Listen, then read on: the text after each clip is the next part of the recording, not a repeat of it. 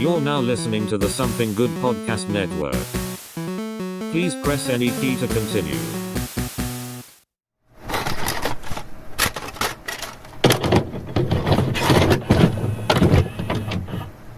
Yep. Don't touch it! This May, uncover the shocking truth with King of the Hill's most awaited all-new episodes. I'm going to jail!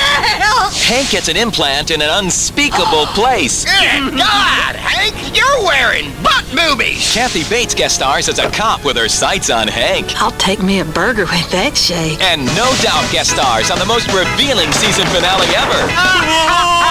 He's a squatter! It all starts next week at 7:30, 6:30 Central, Sundays on Fox.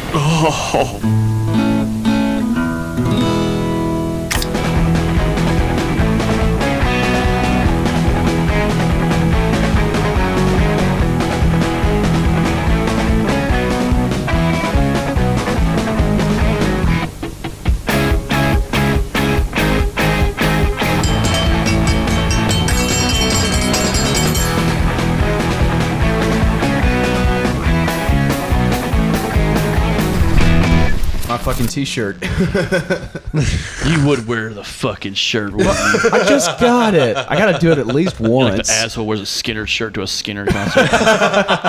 God damn. You do not want to be that guy. Yeah. Unless you're at an Iron Maiden concert, Yeah. because everybody wears Iron Maiden t-shirts. Not going and rocking a Megadeth shirt. Yeah. You don't want to be that asshole. Yeah. Go to a Metallica concert wearing a Megadeth t-shirt and see how far you make it.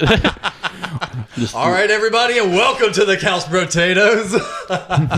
We're finally getting back into King of the Hill this week. It's about goddamn time. This is Alex. This is Cap. Morrison. And this week we're doing season 5. I just wrapped it up, guys. Just wrapped it up. Good work, kidney boy. It's Kidney Boy. What was the Hamster girl. Hamster Girl. Damn, jumping all the way to the end on this episode now. That's fresh. That's fresh on my mind. Oh, I know. We just finished watched it this before. afternoon. Yeah. Don't worry, we'll get back to it. Oh, yeah, definitely. No, One thing I've noticed about season 5 before jumping into it is that let's talk about going into it. Say what? Yeah, go let's ahead. go. Oh yeah, is that the characters get way and more Out of order. out of order? Yeah, that's one Yeah. way of putting it. Well, that makes sense because looking at the production notes, showrunner for the season was Richard Appel. Several of the show's original writers, such as Paul Lieberstein, left in the middle of the season. Yeah. I think that's probably when I think that's when the writer's strike happened, wasn't it? Possibly. This was original release October 1st, 2000 to May 13th, 2001. Yep, that's Yeah, I usually when the remember writer's bringing strike that up. happened. Because that's when we got reality TV called Survivor. That's right. This was what 2001. Yeah, that's when the writer's strike was coming to an end. By that time, they had put out so much fucking product as reality TV, and it's all shit. Yeah. So that was that kind of makes sense that even an outsider's perspective, not knowing full context of everything that happened, even someone watching the show that is invested in the characters is going, all right, by season 5, it feels like things kind of get a little misjointed. Yeah. Like some the characters start becoming a little bit more asshole-ish and things like that. A little more too. fleshed out now. It's not as sad as last season. Yeah. It's You kind of give different dynamics a lot to of Peggy in this season too. Yeah. Hardcore pig. Ew. Well, first on the season was The Perils of Polling. This has George Bush in it. It's fucking Oh, yeah. awesome. And what an interesting time, just even 10 years later. What could have broken Hank in this episode was God. George Bush's weak handshake. Yeah. His yeah. handshake was And, weak. like, Looking at what's going on today, that He- feels so I saw a fucking perfect. dated. Hank was right. I literally saw a meme about that a week ago. It was a picture of Hank Hill, and they're like, "Do you think Hank Hill would vote for Trump?" And they're like, "Fuck no." He barely voted for George Bush, and he had a weak handshake. Imagine if you tried to shake hands with that piece of shit. Who has a reputation for small hands. Yeah, small hands and just being weak. But no, this is where Hank kind of loses his mind a little bit. If you remember, remember he looks at old recordings of George Bush. Yeah.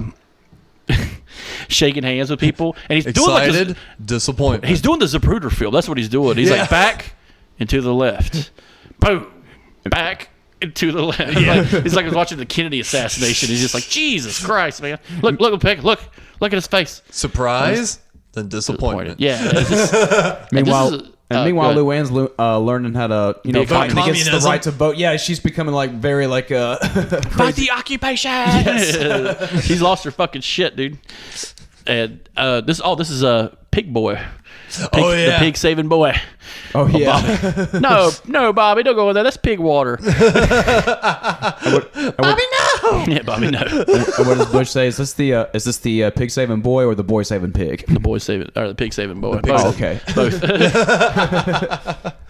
He's like, Mitch, is somebody going to save him? Mitch. And honestly, I think that this is one of the better episodes of the season. Yo, yeah. I liked it a lot. Oh yeah, this is a great way to open the whole season. Oh yeah. Yeah. It even ends with Pobby, wow, Hank and Luann doing the whole, get out and vote. Yes. So you watch that today, even though it's a timepiece with it being George W. Bush, and it still holds up. Oh yeah, like but Hank's his little conservative value still is just like, I don't care who you vote for. It's just, you need to do that. Like, he's more American than anything. And the thing is they didn't make a statement in the series either, because Hank was very much against voting for Bush in the episode because of his and handshake. they don't tell who they never give any allusion to who he votes for. Yeah, well, Peg does there's just like a little part where Peg goes, "How many fingers am I holding up?" Behind the curtain, and Luann's like 3, and like she opens the curtain, she's holding 3 fucking fingers up, and she's like rips it down. She's like, "We're doing it again." It's like, God damn it, you lucky guessing hillbilly.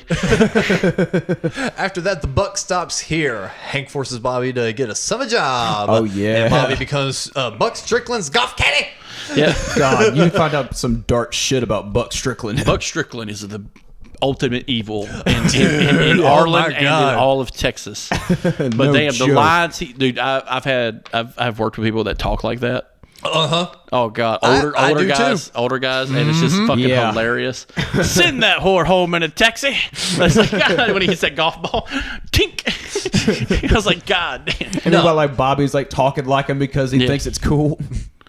Oh God, yeah. Mr. Strickland asked me to go golfing. We're on the green at 2. No, the fucked up thing is you're talking about just knowing people.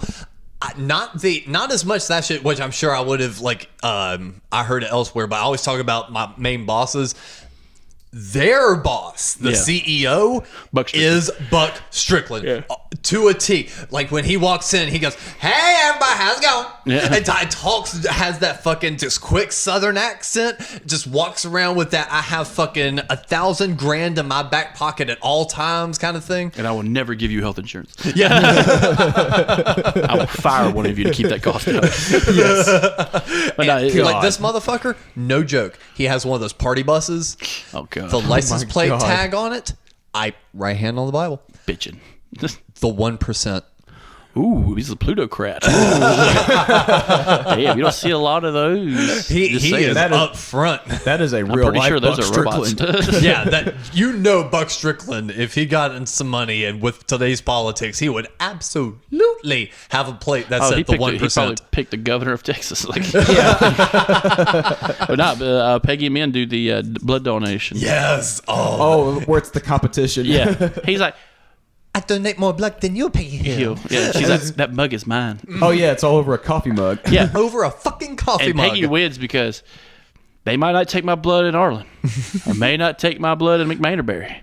But when that crane fell in Austin, they weren't asking questions. It's like, and she's like crawling out of her car, cracking With the open an fucking orange. mug. Yeah. that weird like noise her and Khan make when they get mad. Bullshit. Well played, Peggy Hill.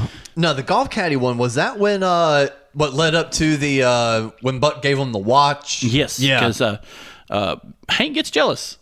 He's like, "No, that seems a mistake. I think you probably stole that from Mr. Strickland." He's like, No, Miss Strickland gave this to me Mate, for being this the is best. my watch. For being the best golf caddy he ever had. Oh, that's what it was. He goes, for being the best golf caddy he ever had. He goes, he shot fucking 72 under par. And he's like, 72 under That's a par? perfect game. That's a perfect game. There's no way. He goes, well, there may have been a hand from a little loser, you know, Right. teaching him how to cheat. Yeah. And it's just like, oh, God damn it. Strickland. Yeah. Damn it, Bobby. And then they go to Rooster's poker game. Oh, God, yeah. And he's like, take his shoes. Well, no, but it was like, now, I'm going to go in there with this amount of money. Now, if I start losing, I'm going to start saying, I'm having a heart attack. And you come in, my daddy's having a heart attack. My daddy's having a heart attack. He already tried that. And he's like getting all up in Bobby's face and shit because he's all sweating and shit. Yeah. And he's just like, Hank has to come and save him. And that's why he's on top. Because Hank is on top of all situations involving Strickland. Yeah. And I like the bit where Hank pulls in with the truck. Bobby goes, Dad! He goes running over to him. He goes, I thought that other man was your daddy. He goes, no, this one here. This one's my daddy with the bat. Yeah, it is a good episode. It lets you know, like, Buck Strickland really is a more piece of his shit than he is usually. And like Hank realizes it too. Yeah. That's why he slows down his truck. I was about to bring that up. Buck get popped in the mouth.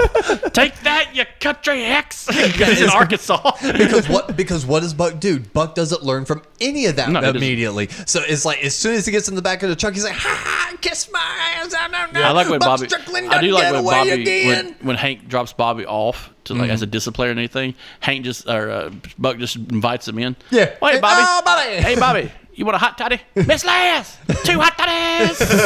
Oh, God, that's fucking hilarious. He's like, you want to go live with Strickland? Fine. He'll kick you away. He's no babysitter. Pulls in. Hey, Bobby! Yeah. Hey, Bobby, come on in. Pull up a hot toddy. Next up on that was, I don't want to wait. Oh, yeah, this is a pretty good episode. This is where Joseph switched voices. Yeah. He gets that weird, like, angsty voice. Yeah. I got stretch marks on my back. And fucking, my dad keeps asking me how the weather is up there and all that bullshit. I fucking hate him. Like, because he started to get that weird, like, Yeah, like because that, we had not seen really too many of the side cast really between those first two. The first two were very centric. This is a very Joseph episode. Yeah. And you're talking about changes throughout the entire season. It starts off with just all the side characters. Yeah. Yeah. It's Bobby, Connie, and Joseph episode. Yeah. I think this is an episode where Bobby goes to spend time with his new grandpa. Yep, it was. In Arizona. Yep, it kicks off with that. He gets the pin set. He wants a bar mitzvah. Yep, because the entire time, the previous seasons, he keeps talking about becoming a man. Now, this was the moment he felt like he was going to become a man. Yeah. And you saw him get that little, he threw his shoulders back a little bit on the plane ride home. Because he saw the pins that he had, and he opened up his bag, saw that gift. He opens it up, pops it open. It's a pin set of really nice pins, and he pops one in. You see his shoulders kind of go back a little bit, just like I've become a man. I think I'm going to. And then he sees Joseph. Yeah, because he's like, I think I'm going to. Because it's before Joseph shows up, it's right in the parking lot. He's like, I think I'm going to take Joseph under my wing. Yeah. To let him get. So a he's bitch. already wanting to be like the big brother kind of mentality. And Joseph kind of accepted his little brother role at that point too, didn't he? Yeah. Earlier on, yeah. Yeah, where he's just like, we'll always be best friends, Bobby. You know what you're doing and shit like that. Well, Bobby and Joseph go back a long way. And Oh yeah. just because there's a height difference, just it's like monotonous. Yeah. But, now this is that one episode though. But you're so cheap. Oh yeah, we'll get to that. Yeah, But no, okay. I just thought it was really interesting though. This is how they played that though. How Bobby felt like he was so big and mature, and then he sees just Joseph and his height, and Dale going on and on and on about it in front of Bobby, and him just sitting here, and he's like, and for the little guy. The chicken choo choo. Is that the choo choo chicken or the choo choo chicken fingers? Choo choo. This is also the episode where they build the coffins. Yes. Oh, that's yeah, so the right. big You would lead not in. be burying Peggy Hill in a bad coffin. Yeah, so Bobby winds up having a birthday still at home. Yeah. It's a kids only party, but like Hank and Peggy are in the garage. Yeah. And Hank, like sitting in first of all, laying down in coffins. Yeah, backstory. Cracking beers. Hank has decided earlier in the episode that to go ahead and build their eternal resting place. Right. In the garage. and that's actually where a really good back and forth comes from the guys too. They're like, Hank, are you sewing? oh, look at Hank, the pit's sore. And he's like, I am doing one of the 5 industrial arts. Upholstery. Upholstery. And he's like, well, are you going to use satin on that? Oh, yeah, that's going to be push. She's like, because they know they can fuck with Hank for about a second before he snaps back at him. Let me tell you something, motherfucker. And then they're like, But he has like, Okay. but he built himself like the really nice coffin. Well, he starts with one really nice coffin. Yeah. But he had started, like anything you build, he's going to have a rough draft. Yeah. But Peggy Hill fucking just being a bitch comes out there. She's like, what's wrong with this coffin? He's like, oh, no, it'll shut come the big day. Yeah. She's like, no, it'll shut now. You will not be burying Peggy Hill in a cheap coffin. And then he makes it, he's like, go ahead, get in it, because he's wanting her to feel it. Like she's going to feel it when she dies. I know, right? She's like, well, what about yours? He's like, well, this is satin and Canadian goose down. I just used some old insulation left over from the attic. Mine. But now they're chilling in their coffins, cracking a few beers between them, and Joseph has a fucking panic attack. Yeah, well, because goth as hell. because shit is going down in Kid World. Yeah. Like he's trying to dance around girls for the first time. He's trying to, and then it's the whole. And then kisses Connie. Yes, and Bobby gets mad about it. Punches Joseph. Joseph, but what Connie, he says to Connie is fucking hilarious. After the fact too, because she tries to come back and apologize. She's like, "How could I trust you when you're so loose And cheap?" Oh God, dude, Bobby, what the fuck? That's from him hanging out with Cotton. Yeah, that's cotton right there. That's 100% cotton. That was actually a good story beat too, kind of giving it that little bit of like the ooh. Yeah, like they could be mean to each other. Remember, they're still fucking 13-year-olds. Yeah. No one's fun at 13. No. Yeah, so Joseph goes running out of the house, sees Hank and Peggy, freaks the fuck out over that, and they're like, think we should go in there and check on them? They're like, over my dead body. I love that they still. Joseph's big idea was to steal his dad's van. Yeah. And like steals the Bugabago. And Connie has that cool like graduate moment. She's like, Let "Where me come with you." Where are you going?" He's like, "As far as a quarter tank will take me." He's like, "Take me with you." It's like, oh God. And she hops in, then Bobby's running after the car and everything else. Connie, I forgive you. Let's make out with tongues now. Holy shit, you go to French and bam. Bam. And then Dale comes running out like a psycho. Who did this to my baby? Oh yeah. Was it you? And he points at the old lady. He jumps at her. And like, he's waiting for Hank to hold him back. And Hank kind of just like, ugh. Goddamn. Hold me back, Hank. Hold me back. Goddamn teenagers. Yeah, so that was a pretty good one, especially because in the end, all the kids kind of regained their friendship. And that's when Joseph kind of, since he always saw himself as the little brother to Bobby, him reacting to Bobby and realizing he's bigger and stronger than him now, he kind of is adjusting to that. Yeah.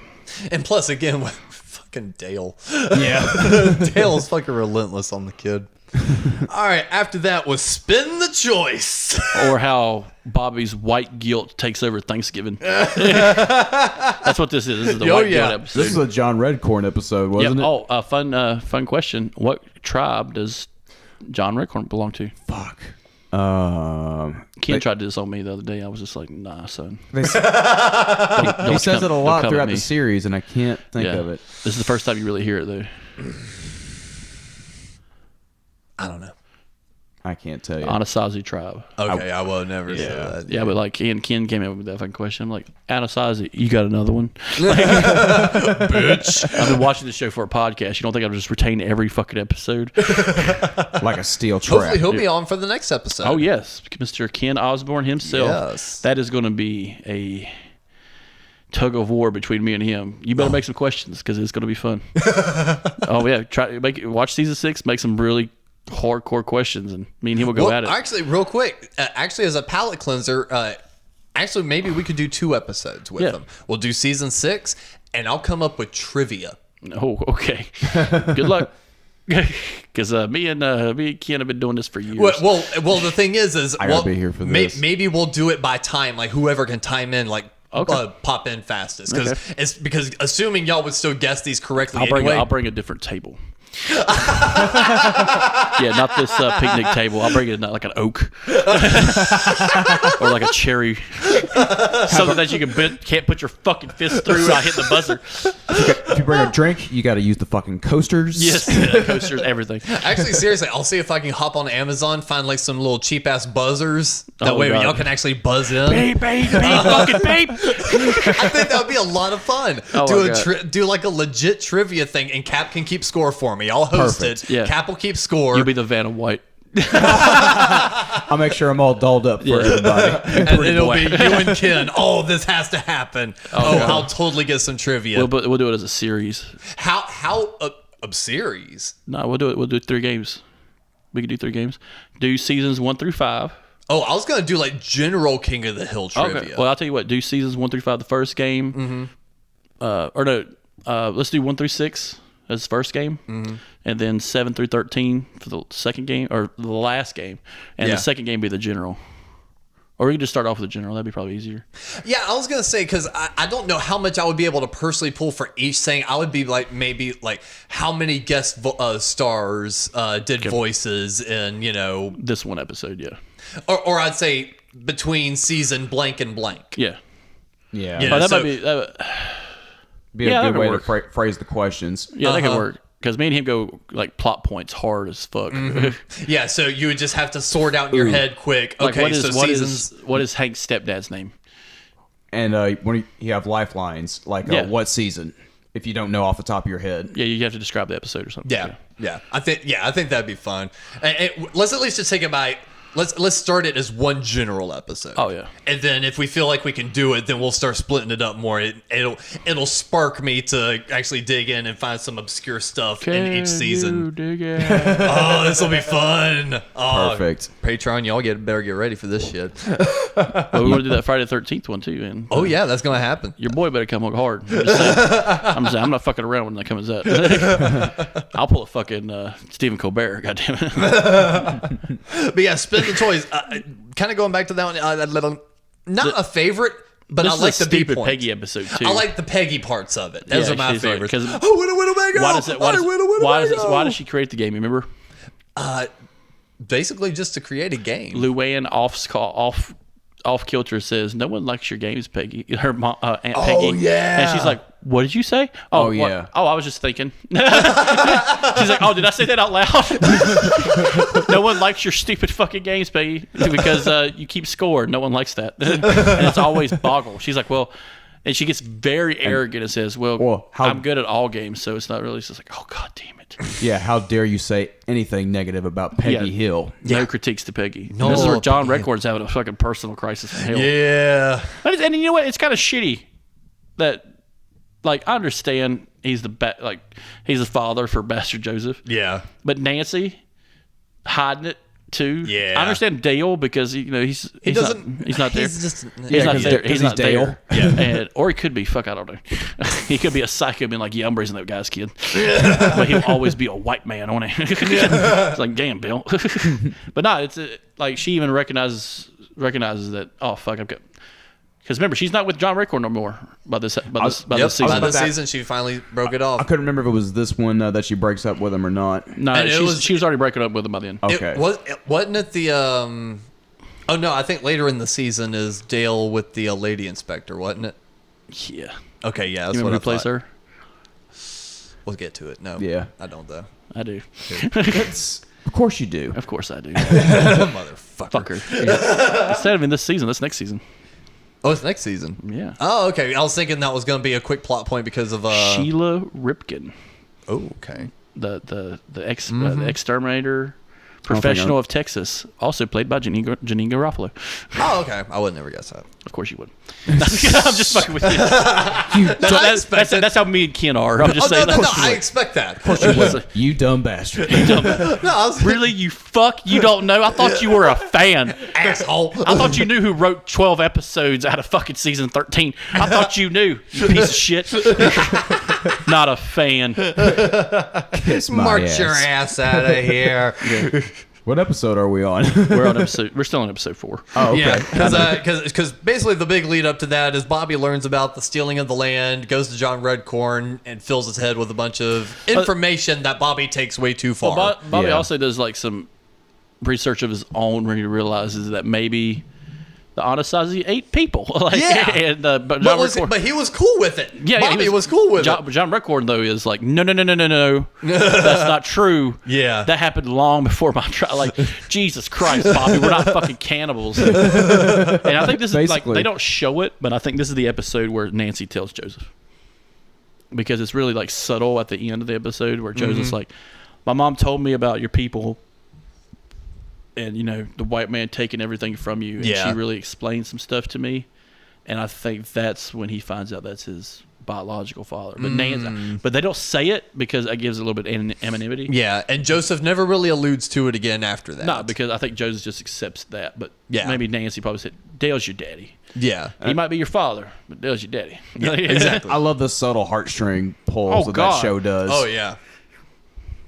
It's fucking sad. Make a grown man cry a little bit. The tender moments are so tender. Yes. And opposed to this one, which was Peggy Makes the Big Leagues, episode 5. What is she doing this one?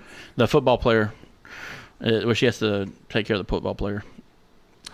Did I see this one? Yeah. David Kalihi. Oh, yeah. David is learning disabled. Voiced by Brendan Fraser. Yeah, Brendan Fraser. No shit. Big time Brendan Fraser. 2000. I was going to say, he was he was around the time of the Mummy and shit, right? He's still on top of the world. Yeah, this was a big commentary on the sports system in schools, which we're really seeing a lot now in our COVID world. Yeah, who would have thought when you stop playing college football, colleges would be in the negative? Yeah. Huh, I guess that means colleges aren't for fucking learning, are they? Yeah. Yeah, because we were hearing a lot about that when we went to West Virginia, how all of a sudden, since colleges there's no are losing money left and football, right, man. Oh, yeah. Boom. It's like there's a reason people go to fucking Michigan and Ohio State and all that. It's because of their fucking not athletics. Not for the education. No, not at all. No, they don't want to learn about the Great Lakes. But overall, a pretty okay episode. This has the Fox Sportscast. This is Terry Bradshaw, And that's right. And fucking Howie Long and would have been Jerry Jones at that point. No, not Jerry Jones. Not Jimmy Johnson either. The black guy. Shannon Sharp. No. I'm thinking of this is like early 2000s now too. This is, Kurt Menefee and all them. I didn't keep up with sports personalities until like mid 2000s. But this was Fox because it was Fox, you know. Right. But it was Howie Long and Terry Bradshaw. Those have been the only two mainstays. Terry Bradshaw plays basically himself if he owned a Waffle House. He's like, "Come on, don't you want some waffles, baby?" He's like, "Hey, don't boo my wife. You were booing her last week with us." Howie Long's character looks just like Howie Long too. Square jawed and glasses and shit. The problem with David Kalihi Ali is he doesn't know anything. Yeah. And Peggy I give it to Peggy. She tries. Mm-hmm. She tries. She's in the big leagues. She's teaching high school now. Yep. And she's in the big leagues and she fails them. Yeah. And the fucked up thing was the mom.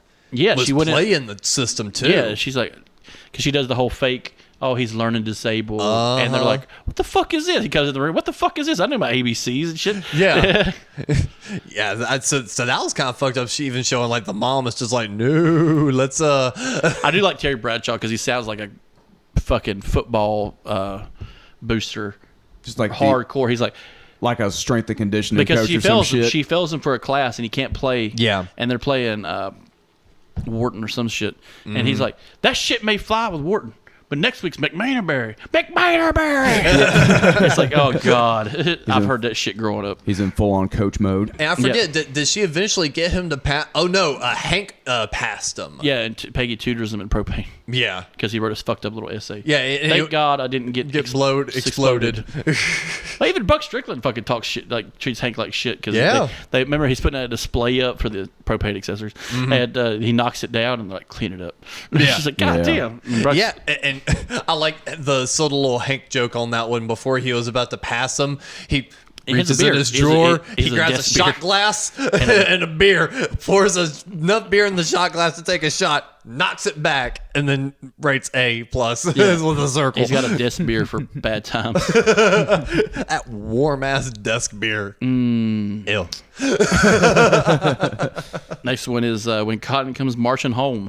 Hardcore Cotton episode. And this one was kind of sad because this was a big look at reality. This is because Cotton, you got to remember, Cotton's a retired VFW, veteran of foreign war. Yeah, he doesn't. He doesn't. He's not. They don't give those people money to have children because they don't have children. Okay, they fought in 45. It's the fucking 90s by this time. And it's like, in as much of a rude asshole character he is, he still fought for this country in the film, in the show. Yeah, he's the writer's really good with complicated characters. Yeah, he's getting railroaded at the beginning because he has to work on Veterans Day as a bathroom attendant. Yeah. Well, it's because he even has to find a job, period, which was the main start of it all. Yeah. And the only thing he was able to wind up getting was that because of his fucking temperament. Hank's always trying to give him a job and stuff. I love though when they go to the temp agency and they're asking about all this stuff, and they're like, "Are you allergic to or what's it?"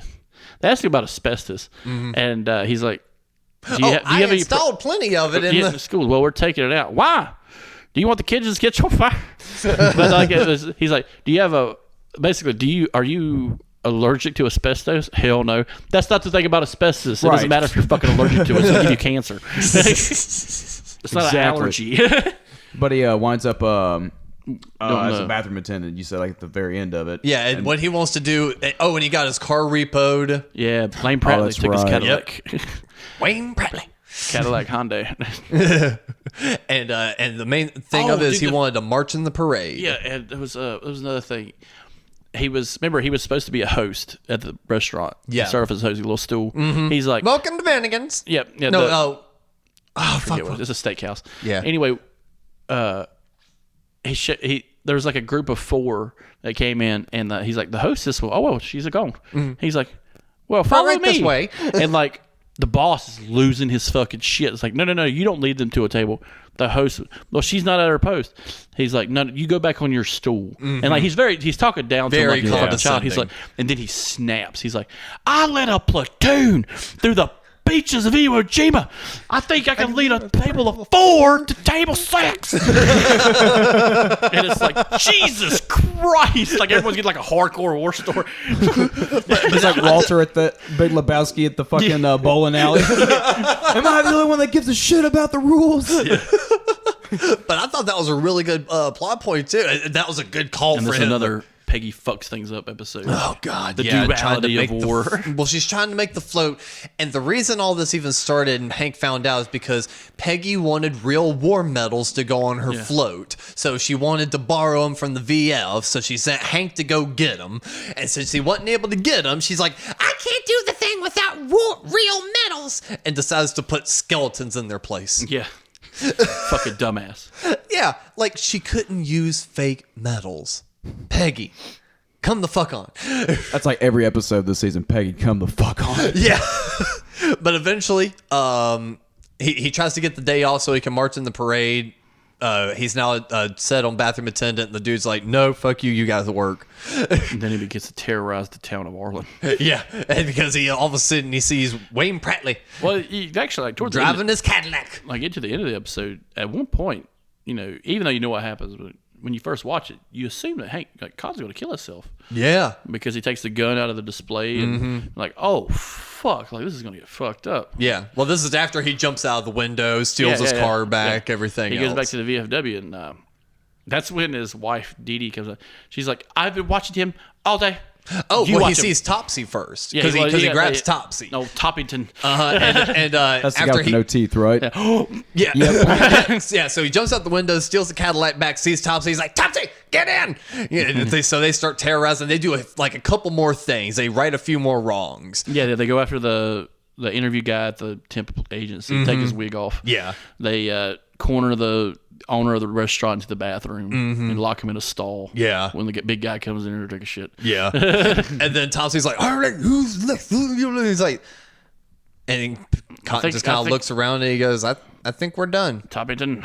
Yep. Gives him like a final salute and everything. Then that's when he grabs the gun out and then just gets that whole shit going down. Yeah. He goes, like, shit from the wife, crying baby. And then you hear, boom. As Hank's trying to get in. Yeah. And then it's him teaching his kid how to shoot a fucking pistol. and You he's like, cried your Dad. first time. He's like, Dad, I didn't. He's like, what did you? And they're again talking about very subtle moments, Yeah. even like with Joseph in the last episode. Yeah. Very subtle eye movement from Cotton, and I was watching for that one time. He was like, "What?" And he kind of gives him a little look. He goes, "I was teaching my boy how to shoot." Yeah. It's like he there was a certain delivery Yeah. to it, and just Yeah. like, what did you think was going to happen, Hank? Yeah, so it's like they kind of addressed it on that point, and I thought that was really interesting, and it was a good plot point in that they never fully answer it, but in my head canon, Yeah. it was seeing GH Yeah. gave him that extra oomph of, well, I have a reason. Yeah, I have a reason to keep it sealed around. Yeah. And what he says to Hank is fucking hilarious. He's like, "You cried your first time." Yeah. That's how I shoot a gun, and it's just Yeah. like, I think I will take some of your monies. Mm-hmm. You know, he's like, I think I want to buy some walkie-talkies for GH for when he walks and he's talks. When he starts to walking and talking. Yeah, get some walkie-talkies for me and GH. Yeah, so I thought that was That was a good episode. That was one of the good heartfelt episodes. That was well written. Again, as much as you hate as much of a piece of shit the character of Cotton is, he gets Oh yeah, some but really he's good still episodes. he's like one step above Buck Strickland. Yeah. Yeah. Oh yeah. After that, what makes Bobby run? That's when he becomes the Laundry Longhorn. Here's a question. Landry Longhorn. Laundry. What is the mascot and the name of the school that he steals? Oh, Crackers. Crackers. Yeah. What is it? An armadillo. What's the school? Hold on.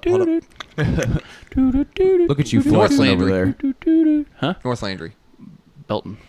Belton. Shit. It's the goddamn Belton. He's got crackers. I was gonna say I remember Belton the. armadillo. No, I remember that much at least. But no, fuck. There's a lot of Bobby transitioning into middle Oh, yeah. school mode Because in it all this season starts too. because he only gets one fucking picture in the yearbook. Yeah. And what's his name? Chain was Sonasong. Not Chain with Sonasong. It's another character that's a mainstay actually. I know. Fuck. I got to remember all these Like for one our of, trivia game. Is this one of Bobby's friends? Nah, kind of friend to me thing.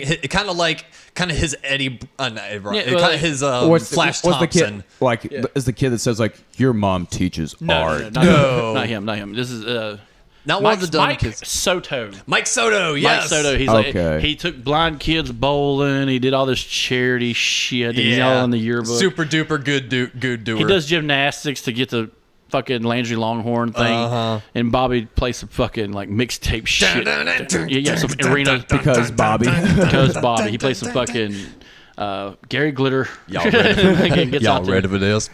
Yeah, Again, yeah. Bobby just Dun, has dun, dun, no dun, shame dun, with dun, dun, dun. expressing himself. Oh no. But that's what makes Bobby so great. Yep. Yeah, there's Longhorn. And he's like, "Hey, Dad, who's this with you?" "Oh, that's old Bud Taylor. He was a Landry Longhorn for 4 years." And it's like, "Oh, goddamn!" And then you meet him, and it's like, "God, He never grew out of that. yeah, he never grew out of it." "We are the Legend Man. Fight, fight, fight!" Greatest intro to a B character And ever. then like, "Kill it!"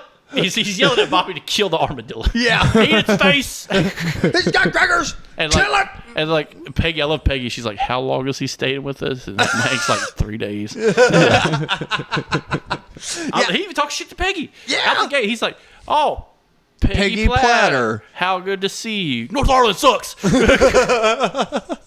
Like, I love the writing of this is magnificent. Yeah. This was still some of the good episodes. Oh, yeah, Right. this was is a the great better episode. half. Well, this is like one of the happier ones too. Yeah. Well, this is where Dale, your boy, first sign of trouble. I left him. It's like, you piece of shit. I forgot about that. Yeah, he's like, "Who's watching the Longhorn costume?" Yeah. "You do have security, lasers, piece of string." And that was a good combo. You don't see that much I think the one they Bobby say- and Dale. He's reading lips. Like he's like, "I think the one they call Dude is in charge." The one they call dude. But now he bounces back and creates a new tradition. Yep. Stealing the belt and armadillo and taking an ass on him. Yeah. Yeah, because that was the thing. That was the main reason he ran away in the first place and caused Shane, because he didn't want to get a beat down. Yeah, and rightfully so. Yeah, fuck that. After that was tradition. 'Twas the Nut Before Christmas. Ew. This is a sad Bill episode. It is. This was when the season went, all right, here's your heartbreak episode. And it's Ryan Philippe. Like, I didn't realize that till when I watched it this last go around. That the guy that tugs on fucking Bill's heartstrings. Yeah. The teenager who's been drinking and giving booze to Bobby and them. That's Ryan Philippe. He's a big actor. I forget what he's been in, but I know the name.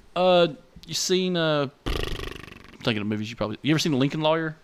I know what Matthew it McConaughey? is. He's the bad guy in that movie. He's the asshole. Okay. He's been in a couple other stuff. Way of the Gun. I'm trying to think of a movie y'all probably seen him in, but he's in a lot of stuff. I just know the name, but Yeah, this is the was one famous where enough. Bill decides to do up the neighborhood for Christmas and shit. Yeah, because he goes to the post office with Hank. Yeah. And he goes to the post office with Hank, and the post guy is like, "Look, we got all these letters from kids. We hand a few out, let some people fill it out. Well, Bill takes the whole goddamn bag because he's sitting on a lot of money. Actually, remember he's in the Army reservist. Yeah. And he's never going to get laid off because he's a barber. Yep. So They secured a spot even in that in an earlier season. yeah. So like, he's not going to go broke. Yeah. At least not for this one. Not for this episode. Yeah. So he buys all them gifts and realizes it makes him feel better instead of wanting to put his head in the oven. Yep. So he buys like Yeah. a whole bunch of toys for kids, dresses up as Santa, gives it to them. You know, even moms are like, "Oh, how do I repay you?" So he's getting the joy of kids and getting girls hitting on him and shit. You remember when it starts snowing? Yeah. And what does Peggy do? She's like, "That is not snow. That's the stuff they spray on runaways before an airplane comes crashing down." Bobby! Oh my god, it's so fucked up. Yeah. So, but That's some of that fucked up adult humor you don't catch till later on. It's like, oh my god, there's a plane crash. but then all of a sudden you see, and that's when you go walk outside and you see the big blow up shit and all that, and Hank's like, "Oh fuck, he's taking this way too Yeah, far." Hank's just like, I gotta see about my friend. Yeah. So that night, that older dude winds up sneaking in, just kind of like chilling in the bounce house, and at that point, Bill decides to take him in. And dude just takes full advantage of him the entire fucking he's like, episode. Well, I told he does like a stupid lie. He says, he's like, "Well, I did lie to get it." And Bob, the belt sander, he got him a belt sander. Yeah. And he's like, "Well, what is it?" He's like, "I told the guy at the Home Depot I was buying this for my dad." Yeah. And then Hank finds out that's my goddamn belt sander. And he's like, no, he gave it to me. He's like, "Here's my fucking warranty card." Of course he carries a warranty card in his wallet. Of a fucking one item. Yeah. And I'm just picturing you voicing Hank Hill. Here's my fucking warranty card. and the entire If that was time. made now, yeah. And by this point, Christmas has passed, but Bill is still dressing as Santa Claus every day and offering up the Christmas play area every day. Just looking like shit running Yeah. over. Yeah. It's bad. And eventually just winds up having to snap out of it. He just realizes that the dude was using him the entire time. And You remember what happens to him at the end? gets thrown in jail, doesn't he? No. He does get arrested. Yeah. But Hank said, "Go ahead, be a daddy to him." Mm-hmm. He gave him two options, which is pretty fascinating for back in the day. Yeah. Go to jail or join the military. Yep. I remember that He's now. like, "I don't want to." Yeah, he's shaving his head. He's like, "I don't want to be a jarhead." He's like, "Oh, son, that's the Marines. This is the Army. You're a grunt." And he like starts. He's like, "Jesus Christ." That one after was Chasing Bobby, when Hank becomes unusually emotional, especially seeing after a dramatic movie about a father-son strained relationship. Peggy believes it's because he hasn't bonded with Bobby, but Hank is more concerned over his truck. So it's the old truck episode. In the fake movie, you heard the two actors in the movie. Oh fuck! I couldn't tell you. They were This two. is how deaf like me can get. They were two titans of the industry. Yeah. George Clooney and Brad Pitt. No. older dudes. Fuck the guy. Oh, hold on. The guy that like every like. No. This is our Jeopardy song. Oh, okay. I was like, no, it wasn't them. No, it wasn't a good time. Nah, go ahead. It was Charlton Heston and Ethan Hawke. Yeah. What the fuck? I know, right? What a random pair. I know, but like they were still big, Yep. and they're watching that fucking movie, and Ethan Hawke's like saying goodbye to his daddy, first of all, he fell on a tractor. He's not fucking dead. Yeah, okay. Get the tractor off. He probably broke his fucking hip. But no, it's all about his truck, man, and it's fucked up because Bobby's actually there for him. Yeah. He's like, look, I found this ad. They said they could do anything and fix anything. He doesn't realize that the oil stain is covering up the part where it's a fucking third-party dealer car shop with a giant inflatable gorilla. Yeah, because the entire episode, Hank's been trying to fix his truck and it's been spurting out on him and everything. Yeah. And it's been really stressing him out. To the point where he's breaking down and he finally shows emotion in an episode. He breaks down and cries over it. Yeah, it's his truck. It's the truck he's had since Peggy had Bobby. Yeah, and Bobby cared, and we find out later in the episode, Bobby loved that truck too, and he was honestly trying to help Hank. It's funny because he has a flashback, and he pulls up to the house. He's like, "Hey Peggy, remember how you said you divorced me if I got rid of the Skylark?" He's like, "I hope it wasn't true." Like a good funny moment from Hank as a young father is fucking hilarious. Hope that wasn't true. Pulls out that nice truck. Yeah, and then Bobby just feels so disgruntled from Hank because Hank just lays in on him for a bit. He's like, "You brought me to a chop shop." It's a new dealer, but then he finds a new truck, an actual advanced truck, with compass, like a compass control. And I wonder if that was a sponsored episode. Well, they don't say what kind of brand truck it is, so. Thought they did. Didn't they do a commercial at the end of that episode for something like that? I don't recall. Like they're very shows like this are very good about not branding. Mm-hmm. Like you do know he drives a Ford. Yeah. But what kind of Ford? Ford makes like 7 different types of trucks, especially back then. Yeah. So what the fuck is he driving? It's just a red pickup, and it's got anti-lock brakes now. It's got windshield wipers for the headlights. Mm-hmm. All kinds of shit. 4-wheel drive. Oh yeah. Even now, that's a fucking good thing to have. Oh so, shit, yeah. Even though anti-lock brakes are standard now, but, I love how he tells Bobby when they're going back to the dealership. He's like, "Don't be too excited about the truck." Yeah. Because we're going to haggle. Oh yeah. No. Yeah. Pickup truck heaven is run by a crazy Mexican. Although that goes to show how much the later seasons did not write the characters correctly. Yeah, because Hank's terrible at fucking getting cars. So on that one, that kind of showed that he's like, no, we're going to haggle this guy. We're going to get a deal. But later on showed they kind of dumbed him down. He pays sticker price because he's gullible. Yeah. Hank's good at hustling propane and nothing else. Yeah. But I just thought he is the main Mac Daddy of Hamlet County. That is also true. He's peddling that Jasper brunette. Whatever it is. Married to one of them. After that, I forgot about this episode. This actually might be one of my favorites. Yankee Hanky. Okay. I like this one. Tell me just one of the lies he was told about being born. Oh my God! That he was born in the Yankee Stadium in the middle of trying to Cotton was trying to execute someone with a fucking cigar. Yeah, that's the true story. Oh, that was the true. One was dancing. That was the true story. The dancing in Cotton lied and said, "Oh yeah, I took your mom dancing in New York City, and we went to the Cotton Club or some bullshit like that." And she's like, "Well, I dipped her a little too hard, and she gave birth right there on the dance floor." And then I love his mom. She's like, "That lying little bastard!" Like, no, you were born in the ladies' room of fucking Yankee Stadium. See, but I thought they did like a third one, and it was like slightly different than both. No, that was that's the main story. Okay. Because Hank's mom wouldn't lie. Yeah. Yeah, that's true. Yeah. But no, she was just ashamed.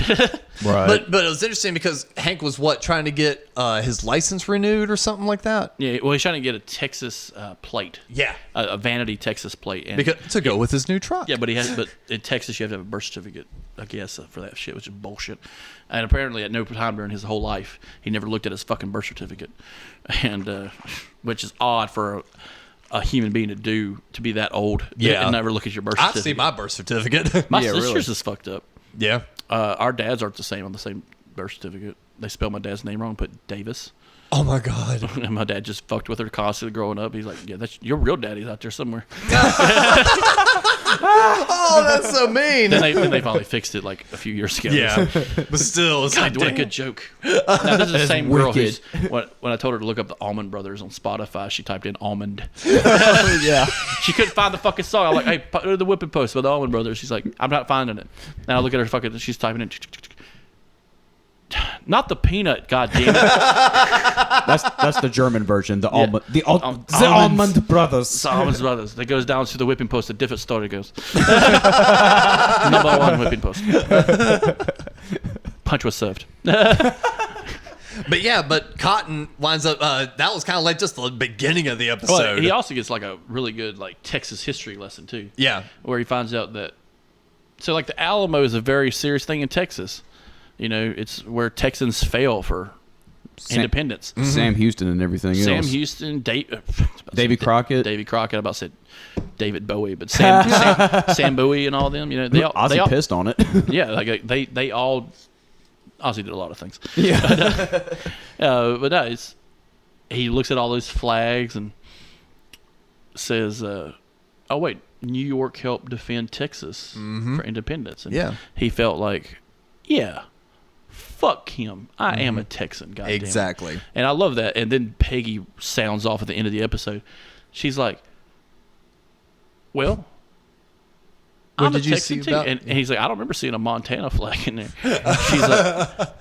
He's like, it's because Montana didn't exist, Hank. And he's like, fine, whatever. You're a Texan, I'm a Texan. We're all fucking Texans. Yeah, happy now? God, bitch. Hey, you ruined my moment again. Fucking Peggy. God damn it, Peggy. But I like this one a lot. The next episode, Hank and the Great Glass Elevator. Oh, God, this is Ann yes. Richards. Yes. She was a big deal in Texas. Love the lead in on that where for some reason Hank agrees Well, he to wants press ham. Well, it's like you realize that Hank's really susceptible to peer pressure. Yeah. A lot, but it has to be subtle. Mm-hmm. And he's like, Hank, just fucking live a little, goddammit. Yeah. And he Because lives a little. Hank was always, deep down, Hank was always the prankster when he was a kid. Because what was and the lead everything, in? too. They were in the hotel. Yeah, they were in the hotel, and Dale and Boomhauer and What was the convention going on? they were going to see Dallas training camp. I think because they're in Dallas. Yeah. I think the four guys were just going to go to Dallas for like the training camp. Got it. was Yeah. something Cowboys like training that. camp. Anyway, well, Yeah, one day trip to Austin for Bill's 49th birthday. yeah, because that's what because South by Southwest and shit's kinda Yeah, like- and remember their car all right, ride? You remember I the was car gonna ride? say, what song was playing? Remember the car ride? Yeah. Was it Bad Company? Nope. No, it's not John Raycorn. Because I remember this one specifically. Not off the top of my head, no. Hungry Like the Wolf. Well, what does Dale yell at him in the car? Don't be a fuddy-duddy, Hank. No. What? Hank, if you're driving, who's taking off your shirt? Because they're switching shirts like psychos. Yeah, because he's just not wanting like No, any because it's part of fucking the weird. shenanigans. Yeah. Yeah, so he finally agrees though to join the party and have some fun and press ham in the glass elevator. And then no one does it except for Hank. Yeah, it's a big fuck up too. Yeah. And that's right where the, Ann Richards Rand Richards is walking by. Or she's giving like a She's speech giving or a something speech, like and the that, glass right? elevator's rising up, and it's just a guy mooning the governor of. And she's just Texas. like, oh my God. Yep. Yep. But then Bill takes the fall for him. Yep. Bill does because he's you got to remember Hank is his best friend. Yeah. Granted, Hank's best friends are Dale and Boomhauer and all that, but Bill is Hank's best friend. You know? Yeah. He took a punch for him, protected his ass. He's got Bill tattooed on the back of his skull. Yep. Oh yeah. Yep. But no, that's Bill. Bill took the thing, and Ann Richards the whole time knew that wasn't Bill. Yeah. which is awesome. Yeah, Because it was. she wanted, And I she can- wanted, she she wanted wanted to a date him. little bit of Bill. And I will say, I give it to Ann Richards for being in the show. Yes. Yeah. That A was lot really of these cool. people that are that like actors and like just people in power who are willing to make fun of themselves. Yeah. Is awesome. But she was still kept in a very good light. She was, but like you could tell she was a happy-go-lucky Texas woman. Oh yeah. She's like, oh Bill, but I knew hell yeah, that Bill. wasn't She you. was that kind of hell yeah, Bill. For a governor of Texas, she was a hell yeah woman. Just hanging out with everybody, drinking beer with the boys. Yeah. She's outside drinking in the alley. Yeah. The Yep. governor of Texas. Yeah. Yep. Just drinking, and then fucking Lenore shows up. Well, I was gonna say right. the B story on this was great. Peggy and Bobby. Yeah. They Because what does Bobby say? I love what Bobby says to They Peggy. try charcoal. Yeah, Luann's cooking by charcoal because she's a dumbass and doesn't like brand loyalty. But no, I love Bobby has this backhanded comp thing he says to Hank when he comes back because he finds a charcoal briquette. Yeah. He can smell that shit from a mile away. He's like, now tell me, what is this burger lacking? Sweet smoky flavor. And it's just like, what did you say, you little fuck? This is my livelihood. I'll kick your ass. Yeah, I'll kick your ass, Bobby. I'll turn Homer Simpson real fucking quick. Yeah, I'll choke you to death. But I liked it because near the end though, you see where Peggy's loyalty lies. Yeah. Because the big climax of it is Hank had a barbecue that night or that afternoon or the weekend or whatever. When they came back, he Yeah. decides to have another cook some burgers and stuff. And Peggy and Bobby are like, it's not as good. Yeah. And then, but even Bobby's like, look, Bob, look, if you buy one 50-pound bag of charcoal, you get this bad boy for free. Yeah, It's a grill. Yeah, and they would like take it to the middle of the parking lot and like grill. Oh yeah, they went to the park and shit like that. And But yeah, but wash the your end, clothes. but at the end, they walk outside and you see Hank grilling up, and they're like, "Are you okay, Hank?" He goes, "Yeah, I'm great." And then he moves, and you see a charcoal grill next to him, and they're like, "What?" And he goes, "No, I want you to pick." Tell me the truth. He goes, and he tells me the truth. You remember what he says when he's holding up both plates? Charcoal, or our marriage or some shit. Me. Or charcoal or me. 'Cause he divorced her. Yeah, he was like, "Tell me what's better, charcoal or me?" So she And I will say, takes a bite. granted- She takes the other one. She goes, "It's no contest. The propane one is better." And she puts the other one in the trash. And she walks by Bobby, and he goes, "Mom, you lied." She goes, "No, I tasted it with everything but my mouth." Dumbass. But no, Lenore shows up and ruins everything. Again. Oh yeah, she's wanting to. She sees Bill on TV with Ann Richards, and she's just like, Yep. "Oh, I messed Money. up, Bill. Come Money. back." Money, fame.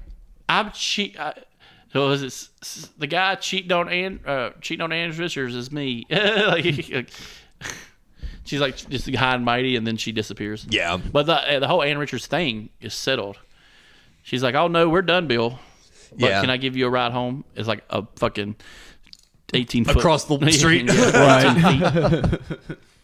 Yep, that was a good one. I like that one a lot. I will say, probably my Lenore favorite reminds ones me from the of season. kind of reminds me of Peggy's sister-in-law.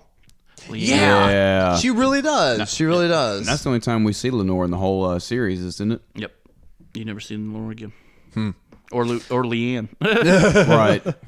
After that is Now Who's the Dummy? It's when Bobby gets the ventriloquist dummy. So Because of course Bobby would get into ventriloquism.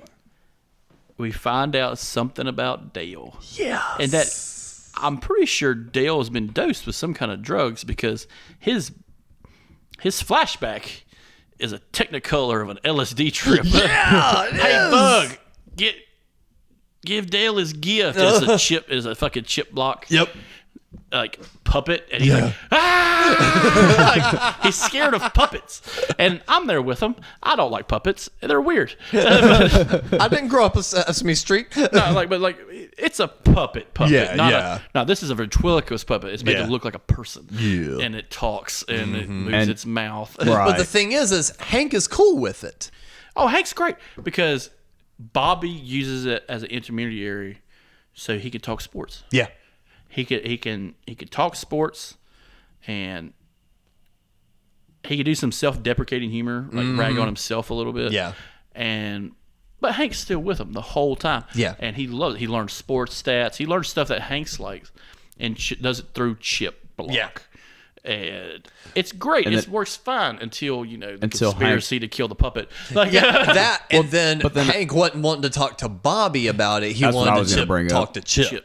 What do you think about that, Chip? I like when he went to the old folks' home and he walks in to talk to the original guy. And the old man's like hiding. He's And like, it- ha! Oh, it's just you. What are you doing?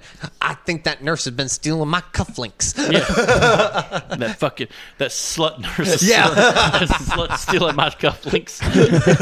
That's what I love about old people. It's just like they don't give a fuck anymore. What? And when they finish up that conversation, Bobby's walking out. What does he say when he gets back behind the curtain? Oh, he's like, go ahead and cut the light out. No, he's like, tell her you can't find me. He's like, I'm gonna get you now, you bitch. Bitch. Oh, no, but I love he hires Octavio. Dale hires Octavio to keep an eye Steal on the the fucking puppet. And he's like, 10:02 p.m. or 10:02 a.m. Boy walks in the house with puppet. And Dale's like behind him a block away. 10:03 a.m.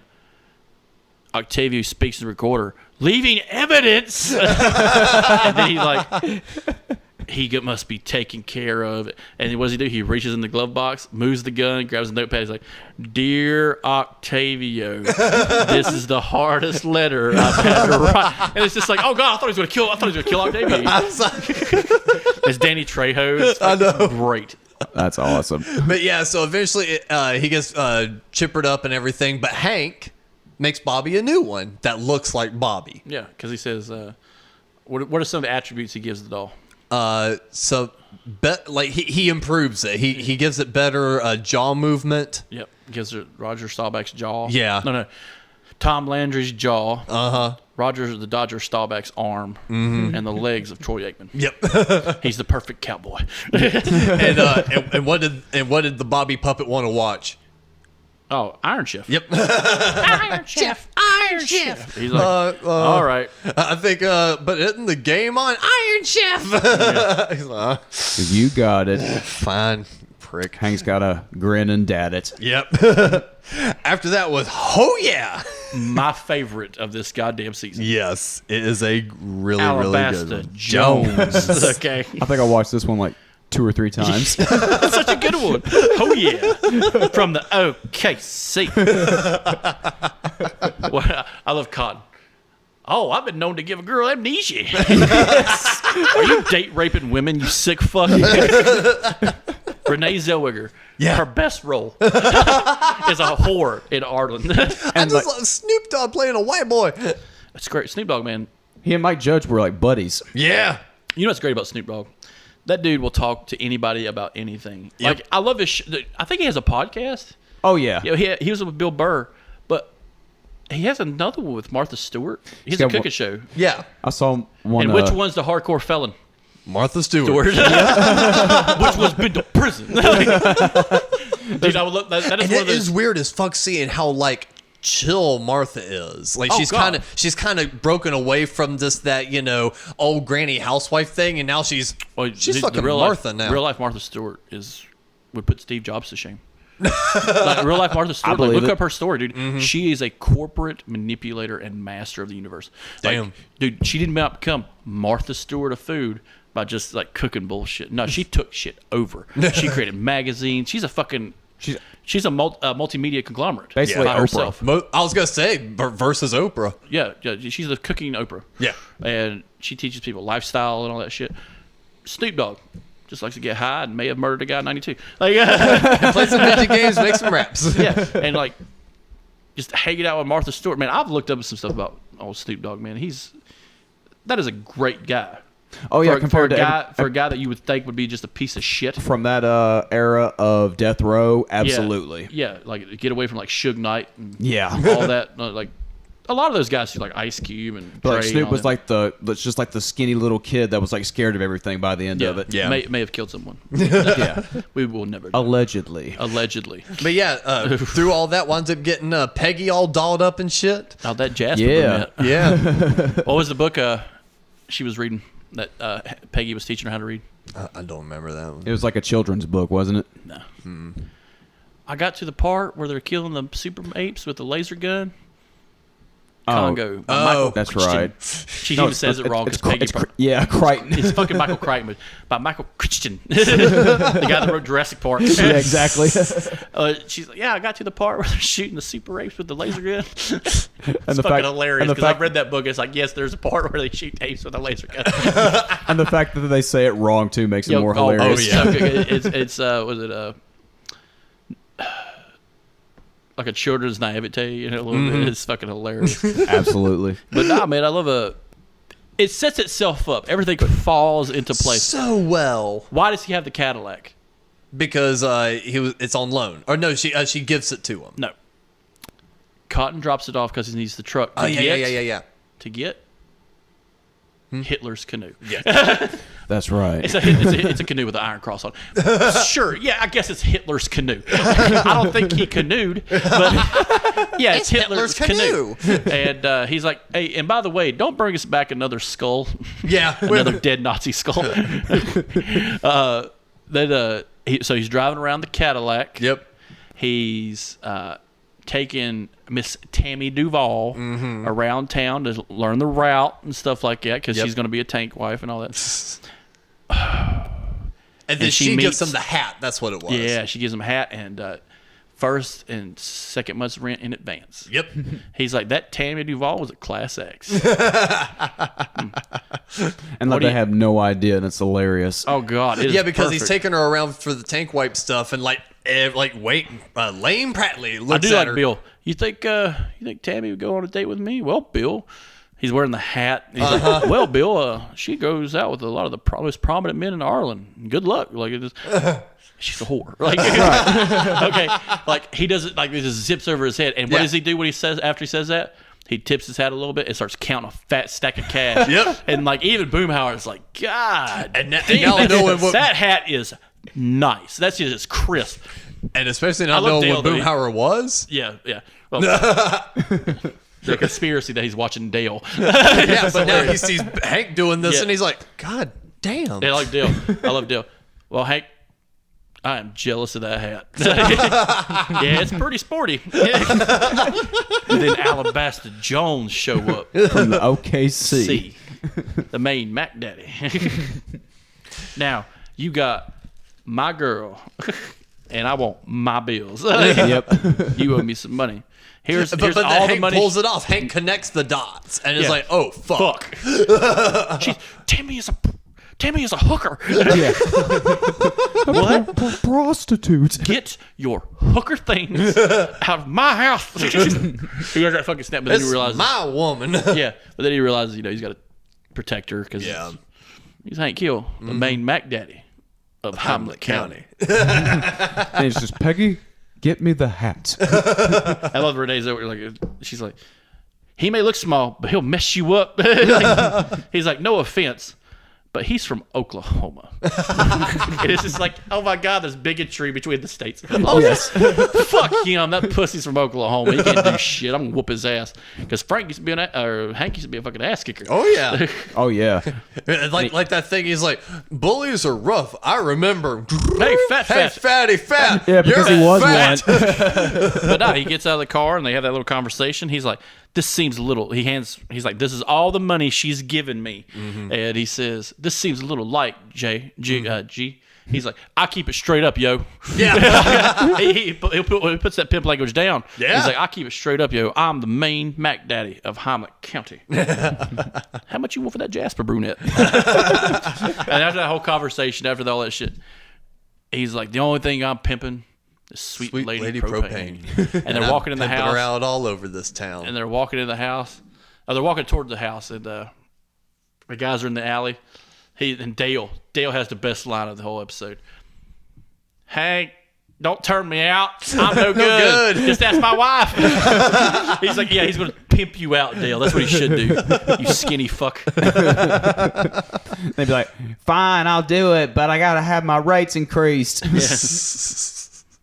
After that was another real good Dale episode, The Exterminator. Oh, yeah. Where he has to forced to basically get a day job, and he gets an office job. Stick Tech. Used to be Stick Co. Stick Co. Now Stick Tech. I've known him for years, back when it was Stick Co. That's when you find out And no, that wasn't a spoiler in there. Because I think you've got the Wikipedia up too. Yeah, it doesn't That's say. just kind of when it reveals how pathetic Dale really is. Yeah. Well, remember Dale's diet? Mountain Dew and No. cigarettes. He's like, damn it, Nancy, you know I love 3 small meals or 12 small meals throughout the day. He likes to eat on the hour every hour. Well, he winds up getting a lot of promotions through the job. because- and turns into an asshole. Because he has no like ties Yeah. to these people he works with. And they're just like, you're so good at firing people. Yeah. I need you to fire more. Yeah. And he's just like getting Gets paid. fire happy. Yep. Gladstone! So You and watch Lisa it or you're next. Yeah, and Lisa Kudrow is in it from Friends. Oh, yeah. Yeah, she's Amy Pittman. Miss Pittman. Nice. There's not much going on in this episode. This is a very Dale-centric episode. Yeah, he saves the day by, because the kids are wanting to study The roaches. His son, Joseph's like, what about the roaches? He's like, oh, yeah, when they hatch, they'll see me. Mm-hmm. That's the experiment. Yeah. The baby roaches will hatch, and they'll see me, as their parent, Yeah. and will listen to me. And Yeah. it's just like, that's fucking stupid. So Dale winds up taking the roaches to work Yeah. with him, and they Threatens get out. to fire Joseph from the family because he's insane and power happy. But yeah, it takes the roaches to work. They get out, they get everywhere, and they multiply like motherfuckers. Yeah, and he's like, why can't I use, Dad, you can't use poison anymore. He's like, why is it the tools I need for the job aren't there? and he fucking just, God damn, he goes through that fucking place. Yeah, just smashing. Fucking, smashing rolling and on the grabbing. floor. yeah, he and gets shit in like the air that. ducts. He's like, tornado! And it's like the POV from the people in the break room. They just hear. Fucking, this is a fucking rough. Then he goes back into killing roaches. Yeah. He goes back to pesticides. Yep, fuck it. Yeah. Kind of follows this pattern of storytelling in the season where it's peeling back more layers on the characters. Yeah. For better or worse. Like the next one, Luann, Virgin 2.0. Oh, yeah. And that's where they find out the dark secret of Peggy Hill. Is it a dark secret, though? She's just... In the family. yeah. To Hank it was. In reality, not at all. You could have made Hank made him feel more betrayed. Oh, yeah. But no, at the start of the episode, they get it right out. They're in a Bible circle group, and it's like, for each sexual partner you've had, you Take get a a chocolate kiss. Yeah, take a kiss. And Yep. Everybody's like, oh, Luann's got a handful. Yeah. Well, that's fine.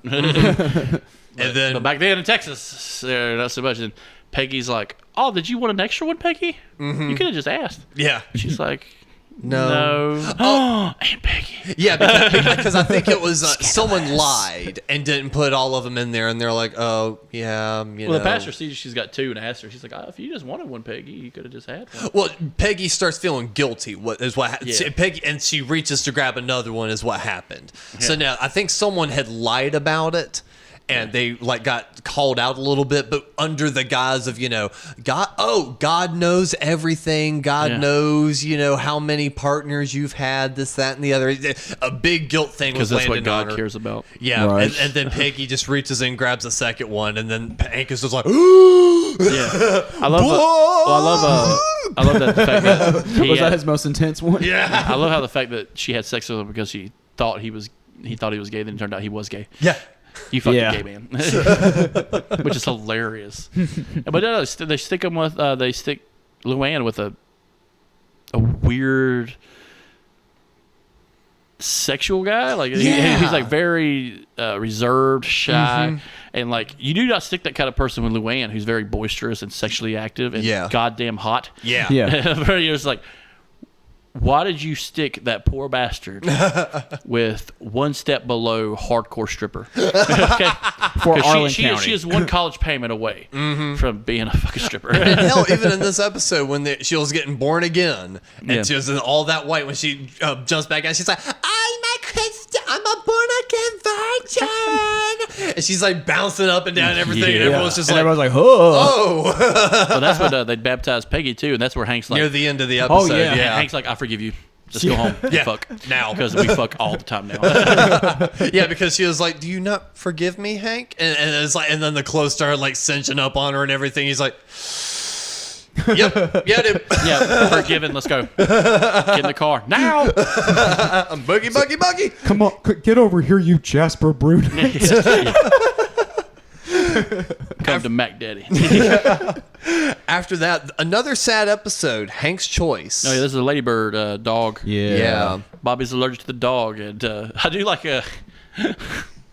So like, I don't know if you've ever known anyone with terrible allergies before. Me. Okay. But like there are certain medications people take that are forced to live around the like. I had a buddy who was allergic to like if you cut the grass, that smell, that nice grass smell cut. He was allergic to that. Yeah. And he had to take like a shit ton of pills and stuff like that. And Bobby taking a bunch of pills is hilarious because he's like, he can't taste hot sauce. He's like, look, I took a bunch of these pills and look what I can do. And he's like, pours a bottle of hot sauce like Texas Pete or fucking like Tabasco right on his fucking tongue. He's like, nothing. He's like, look, nothing. But then he gets the doghouse built. Oh yeah, well, the whole thing was Lady Bird needs to go outside. Yeah. And live. And so Hank builds her the world's greatest doghouse. Oh yeah. Because Hank is the greatest craftsman. Right. It's like the fucking Mar-a-Lago of fucking dog houses. Oh, yeah. It's got heated The Bentley floors. house. Yes. It's got the heated floors. Remember when they christened it? They hit it with a bottle of water, and it runs down the roof, down the gutters to a fucking downage drain. Yeah. Oh my god, what the fuck? It's got a little big enough for- feeder thing in it. Yep. It's big enough for 3 teenagers. Yeah. Because Connie and fucking 14-year-olds. Joseph are hanging out with Bobby in it. Yeah, and that's what got me was fucking Bobby's downgrade. Or not, Oh, yeah, not downgrade, because but, he opens but it his and- downward spiral into becoming a fucking animal. Oh yeah. Well, because he does it all for Lady Bird. Lady Bird does not give a fuck. Yeah. Could not want it. Goes right back in the Oh yeah, house. he tries to like force the dog into the house, and the dog's just like, nah. Yeah, and it's kind of getting to that point where they're like, we might have to get rid of Lady Bird. Yeah. Yeah, and then Bobby was like, no, I'll take the doghouse. This is awesome. Yeah. It was funny because like when they first start, like when Joseph and Connie go into the fucking doghouse with him, there's a lot of dialogue. He says, she's like, ooh, I found this bottle of Chianti from my dad. I poured it all out so we can use it to make a candle. Yeah. What the fuck? You know how expensive that shit is? Like Chianti is like a special bottle, and it's that green bottle. It's got a With the mesh around it. with the wooden Weave. wicker shit on the Yeah. back, and it's just like, you dumb bitch. Connor's not going to be very happy about this. I'm not happy about anything unless he's getting fucked by men in the garage. But the climax of it was at one point they go out there and they see that there was a bunch of dog fur and dander all on the pillow. On the pillow, yeah. And they're like, Bobby, you're not dying of, Yeah. Yeah, you're fine. Yeah. He's like, well, I guess I found the right match. But Yeah. even before then, he was having like a little downward spiral. He's eating out of the dog bowl. Yeah. And I love what Peggy does with it at the end. She's teaching that fucking kid. He's like, Estudas muertos. Good, Dooley. And she has that little fucking dog lever. And it's gummy bears or some shit. He's like, here you go. And that's her tutoring office. Yes, I thought that was a pretty good one, too. Yeah. After that, it's not easy being green. Oh yeah, this is the car episode. Yes, the quarry. They're literally listening to Don McLean's song. Was it American Pie? Mm-hmm. And they're just joyriding in Boomhauer's car. Oh, that's And okay. Flashback. Yeah, the flashback. and the car just because Dale's like, I could drive stick. Yeah. And Yeah. it's Dale's fault. Right. Where But- it's like, Dale, you're so you hear the gears grinding, you got to shift it into second gear or third gear or whatever. Yeah, and it's like destroys the transmission. So there were two songs being played during that moment. What song was being played as it was about to get backed into the quarry? Uncontrollably. oh fuck. I heard it was Paul McCartney, "Live and Let Die." Yep. Yep. And then Yep, I was thinking James Bond. I was like, it's a James Bond song. Yep. and then right before it, Boomhauer's getting in that car with a girl he's hitting on, and there's Yeah. another song playing while that's going on. Yeah. Do you know what that is? No. It's Bad Company. It was Bad Company. It was Bad Company. I think it was Can't Get Enough. That's so great. For your love. I'd like to see Boomhauer and John Redcorn just go out and Oh my Try to God! battle some Yes. Bachelor party fucking special. well, Paul Giamatti's the guy here. It was Yeah. a pretty big get, you know. Paul Giamatti, you know, he's fucking hilarious. Pig Vomit himself Yeah, from the Howard Stern movie. So they decide to drain the quarry. because of itchy algae. Yeah. Yeah. It's so fucking like Hank's even like just like Jesus Christ. Because like Bobby's on a Save the itchy algae. Yeah. yes, save this he's on an environmentalist. And until he Kick. realizes that could keep it from draining, and he's like, "Save the itchy algae." yeah, save it. Do not drain the core. Yeah. Do not drain. It kind of comes to a head pretty quickly, actually. Yeah. You find out that someone, you know, the teacher's like, someone dumped a whole fucking car in here. Yeah. And they pull it out, and they see the Letterman jackets. Yeah, and then it's someone called Boomhauer. I think it was Bobby. Yeah. Bobby called Boomhauer out there, and he's like, "Look, we found your old car." He's like, "What, Lucille?" Yeah. And it's like, "Oh God, damn And it." he's like in bed with a girl, and he's like, I got to go. Yeah. So that car was above getting laid. Nothing is For above getting Boomhauer, laid that's for Boomhauer. that's a huge priority. He already jump. fucked her like 4 times already. So it's Boomhauer. Guys. His hit or miss hit style is awesome. How you doing? Wrong. Okay, next one. But no, he finally, you know, Boomhauer finally forgives him. You know, Yeah. so no. Because Boomhauer's doing fine. Like, he's got another fucking exact car like it. Well, he says to Bobby, Bobby asks Boomhauer, how long should we wait till we forgive my dad? Or how long are you going to wait? I don't know, man. Hang on, you know, Dang on, probably a week, man. probably, yeah, wait, maybe 3. Yeah. But it's a standard episode. Not a lot of B plot going on. One thing that I thought was weird that I noticed is that when they got the car out of the quarry, is that the pile of other things that were on the shore were like tires and Gutters. cow carcasses. Fucked up shit. Yeah, I thought that was an okay one. I like the start of it better. I always like seeing the flashbacks I do of too. the gang. I always thought that was cool. After that was Trouble with the Gribbles, when Nancy fears losing her job after the network considers hiring Luann because she's younger and prettier, and Dale decides to sue his favorite tobacco company so he can win money from the operation. What's funny is this all happened by accident. Yeah. Because they're in the hot tub and it starts hailing. And she's like, "Oh shit, it's not supposed to hail. I got to get out of here, hun." And it's sweet, it's weather sweeps time. I got to let people know. Yeah. And who's there on a Sunday night? Fucking Luann. Luann. With her Manger babies. righteous Christian puppet show. Well, she's wearing a blue dress with just white on the tits, and like, Yep. what happens when you wear blue? You're It shows all through it, and now she's just a head with some tits. Yep. The It's exactly like perfect that fucking other episode where she's a Virgin 2.0. He's like, the guy's like, "This is better weather." And like Dale is just sabotaging his wife left and right, and he's like, "I'm going to sue Big Tobacco. I'm going to do it in regular court because saying because she's trying to blame his smoking on her crow's feet and everything else. yeah." He gets this wild idea up his ass. Yeah. Like, "Oh yeah, I could sue the tobacco company. This I could just be gotta awesome." really make it proof. And it's like a very elaborate scheme. Yeah. Well, and then he goes to court, and that is a true thing. Like, if you sue somebody in court and they don't show up, money to the plaintiff or money to the defense. Like, that's how that works. Yeah. The problem is, this is a fucking large organization. Of course, they're going to get their fucking subpoena. Yeah. So, and then they're going to come down hard with Harvard's best. Yeah. All right. Like, you ever see that movie, Thank You for Smoking? Yes. He's like, "Oh yeah, we have the Institute of Tobacco. We got 3 German scientists to come over here to prove that nicotine doesn't cause cancer." He's like, "We got a guy named Gustav Muntz. He could prove ice doesn't." He's like, "That he could prove this guy's so good he could prove ice doesn't turn to water." It's like, Jesus Christ. He's like pumping smoke into like a hamster cage. And like, I gotta watch this movie again. oh my God, it's hilarious, man. But he's just like, yeah, tobacco may be a little fucking shady. Even the execs are like, "Who the fuck is this guy? He got the jacket." What? Like, you remember back at like when we were kids, like our parents or grandparents could send in the tabs Yep. of tobacco. Like, we had talked about this before. Like, Get like, the little prizes. Dude, I got a pair of binoculars, Winston binoculars, little tiny pair. Yep. For my grandpa. He got it from smoking Winston cigarettes. Yep. But yeah, but you could be at like bags, Coats, lunch boxes, hats. This guy got the jacket. and that you got to smoke a he's like, And that's that like- office scene where to they get talk the about that, they're jacket. just like, that's oh my god. He's like, oh my god, that's like 200 cartons within a limited time. Like, and they're like, what do we do? he's like, this guy's a professional. Like and then they actually commit to a conspiracy against Dale. They give him a Manitoba fish. He's like, holy shit, it's the Manitoba fish. And that is the absolute. He's like, you can't buy that. This was given to Manitoba execs only. Yeah.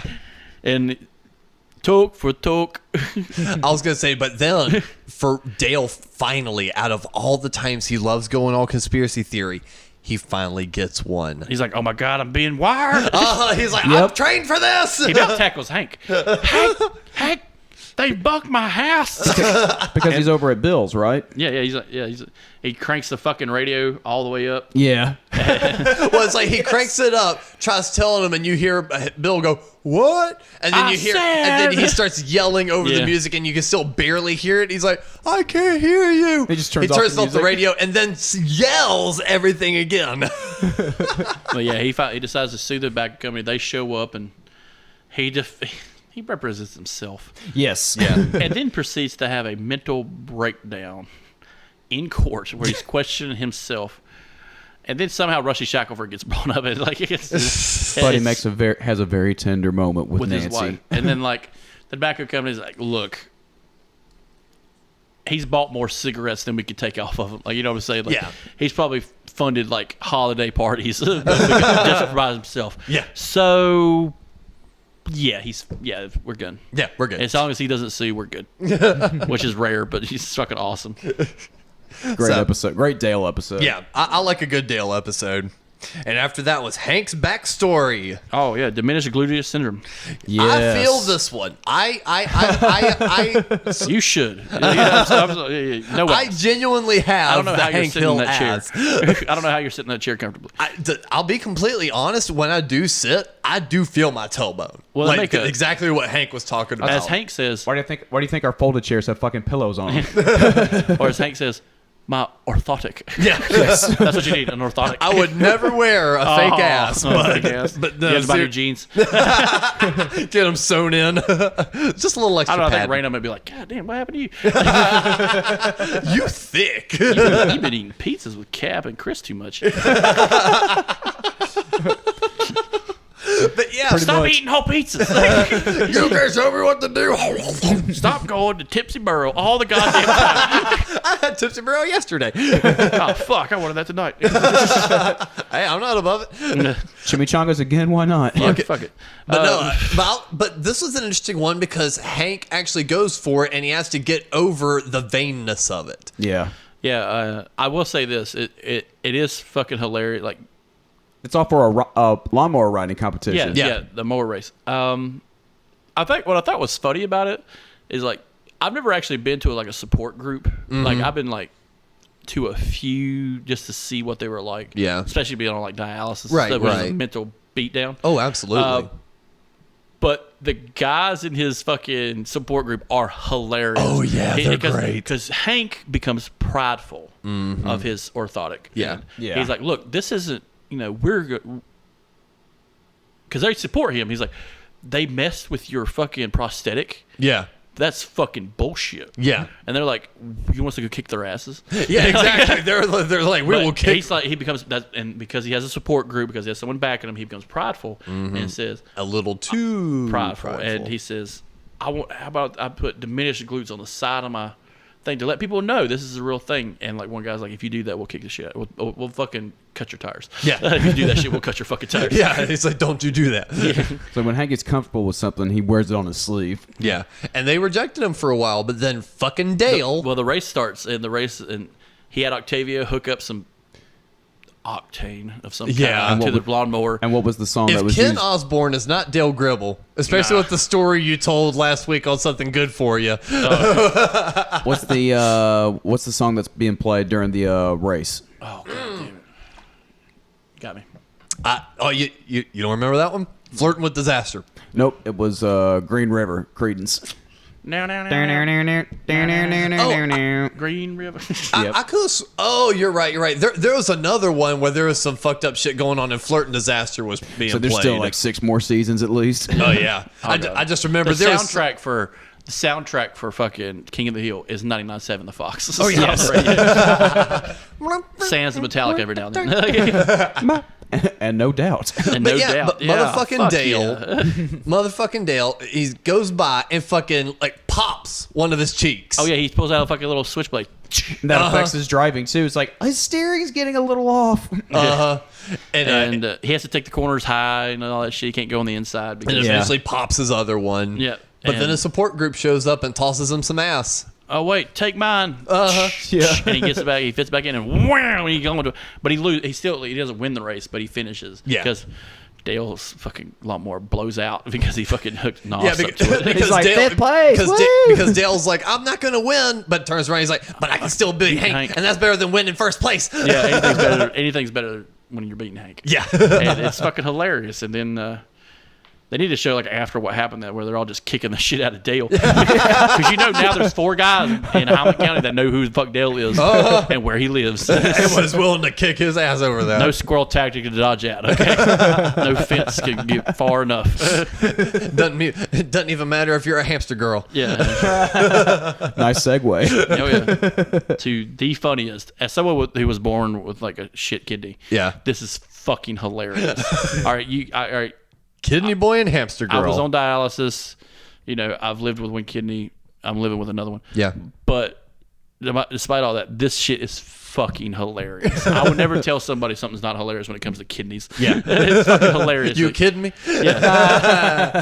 It's so funny. Is this the whole opener of Bobby getting bullied and him having to go get his bike? It's the first time you ever see Bobby really get bullied because He's always, like Hank said, he's never going to get bullied, Peg. He either shoves a French fry up his nose and then they're best friends with the motherfucker.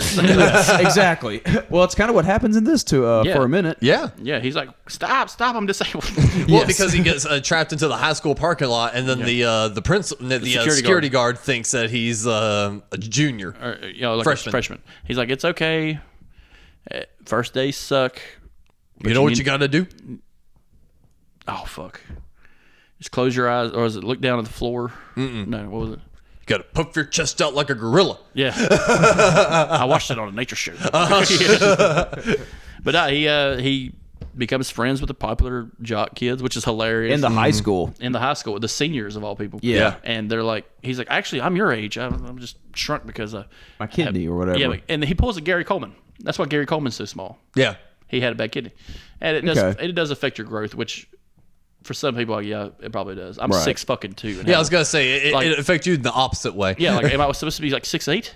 What the fuck, dude? That'd be a little terrifying. Like, it's just having to duck down all the time. But no, this is a great episode. The whole B story is the little porta john that Dale gets. Yes. Dale's into some weird shit. Like, remember when he bought the trash can? Like, The indestructible trash can. And then like, everybody, oh, did you get giant deep fryer? and then everybody tries to use it, and when it finally gets to Hank's turn, they have They it all. busted the bolts out of the Yeah, stuff. exactly. Yeah, because As a the prank. high school is trying to get No Doubt to play, and they did the how many people can you fit in a porta-john, and Bobby was like, I know where there's a porta-john, and they stuffed themselves all in. The other high school did a phone booth, and they're like, "What can we do? Oh, yeah, better yeah. than a phone booth." And he's like, "I got an idea." Yeah, and they stuffed themselves all in Dale's. What was it? What was the name of it again? Fuck. Oh, I remember now. Dale, the Gribble, no, Porter Gribble. Yep. So he stuffs them all How much in. did it cost? $1 $1 for friends. For friends. But he's making money off of them kids because they all have to pay to get in the porta john. Yep. And he'll stand there right there at the door. He's like, thank you. Thank you. And yeah, Poor stuffed Hank. it all in, but when you see that, you see the bolts start popping out. And as soon as I said this earlier when we were finishing up the season, I was like, man, it's another example of the one time Hank tries stepping out of his comfort zone, just like the fucking mooning. Exactly. And he gets fucking shown up because sure enough, as soon as he's bending over to wipe, he's grabbing toilet paper and the thing just. Well, it's like that. Like even in the episode before that, remember he comes out and his jeans are a little bit thicker in the ass. Yeah. And this is like.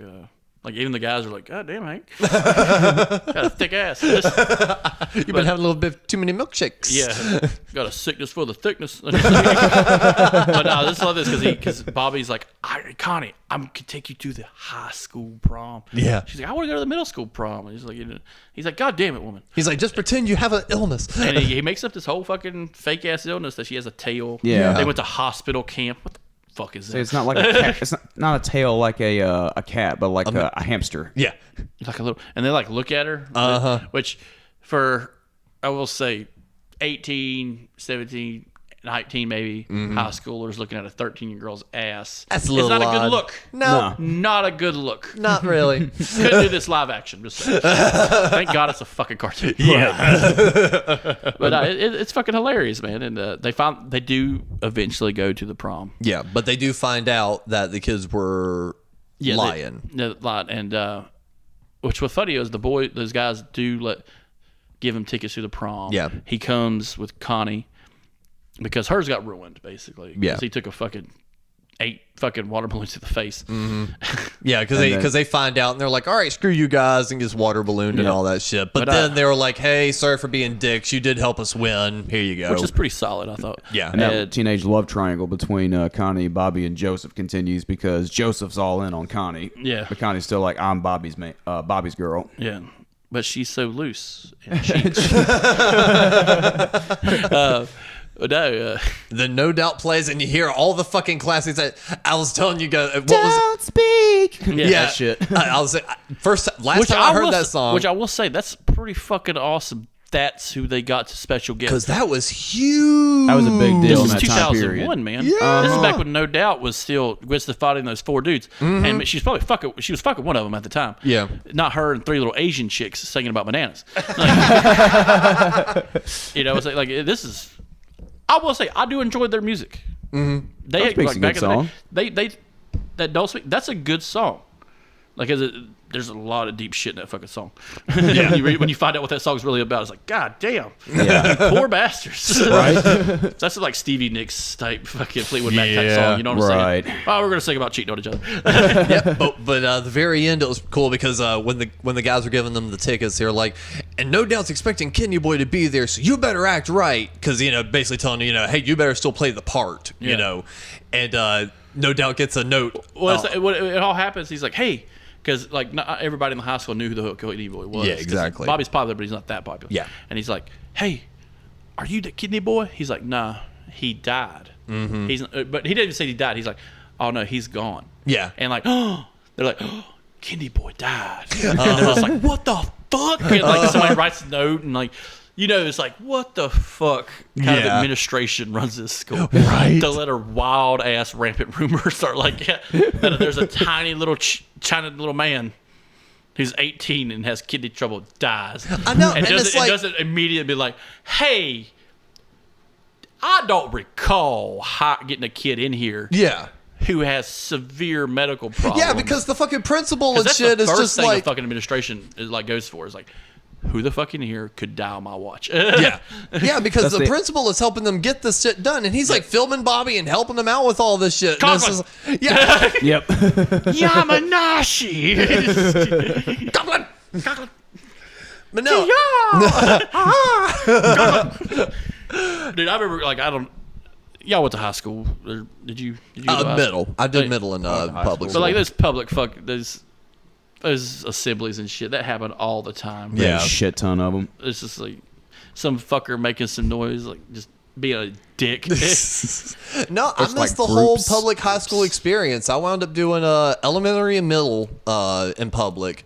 Well, the first year of middle in public, but after that, I was all homeschooled.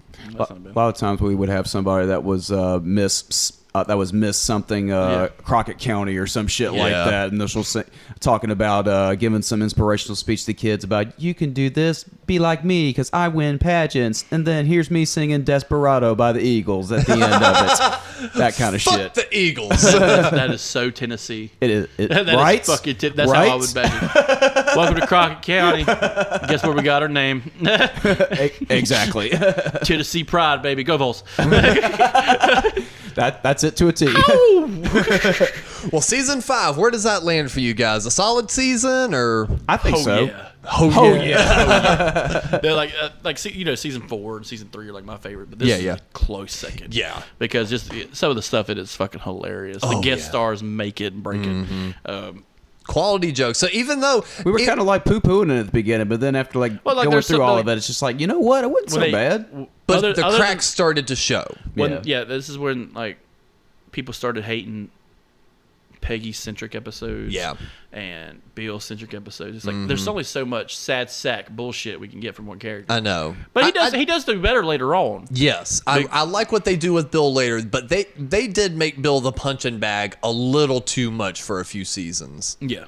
Yeah, and there was some stuff they were even giving Bill that kind of felt not necessarily unforgivable, but just like really made you feel like, ugh. You deserve to be alone. Yeah, shit like that. It's like the writers kind of wrote away some of his sympathy points at times, and that wasn't fun. I liked having a little bit of sympathy for Bill. I like to like Bill, you know? Yeah. You Bill's want a likable character to an extent. Mm-hmm. Until he's not. Until the crack starts. And Dale, too. Well, I don't know. Dale never had too many bad cracks because even at the end of the day, even with heading into the future on this with that Exterminator episode, there was this girl that on the team and everything else that he wound up working with, and Nancy was worried that he was going to cheat on her because she is literally she would be technically Dale's dream girl. She's hitting on Dale. Yeah, she's hitting on Dale, and she is technically what Dale would consider his dream girl. Knows all this stuff about conspiracy and knows all this stuff about bug stuff. I mean, she is just right on the money, and she's flirting with him hard, but he doesn't go for it. Yeah. You know, he's like, no, I got my Nancy. You know, he's like, I have the prettiest girl in the world right here. I guess with Dale, it's just, now that I'm thinking more on it. Dale is more willful ignorance. Yeah, and that was just shown on episode 1. Yeah. So it's not like that got worse over time. Yeah, but unfortunately, Bill has had some not so savory character moments. As his backstory gets more and more revealed, it kind of adds to the creep factor. Yeah, so that is kind of what it is. I still really like Bill, but no, I'd still say a quite solid season. Yeah, Bobby's probably my favorite in this season again. Yeah. Yeah, Bobby makes this season, man. It really does. Because some of the stuff he does in is just, God damn. His lines are perfect. Oh, I know. Bobby was really well written, though. But yeah, hopefully for next season, we'll have in Ken, and we'll kind of start maybe changing up our King of the Hill episodes and do some trivia stuff. Just going through it, this is a very Cotton-centric. So it's especially early on. So it's going to be intense. This has got the returning Japanese 1 and 2, and this also has me, my dad, and JC. Oh, that's going to be a fun one. Oh, Jimmy Carter. Cap, you're going to love this next season. Awesome. You really are going to like this next one. A lot of the jokes we've been making as of recent actually kind of come from that season. They said my car was bulletproof. They lied. I can't wait to dive into that one for sure. Well, hell yeah. Well, until next time from the Couch Potatoes, this has been Alex. Yep. Alabasta Jones. Mm-hmm.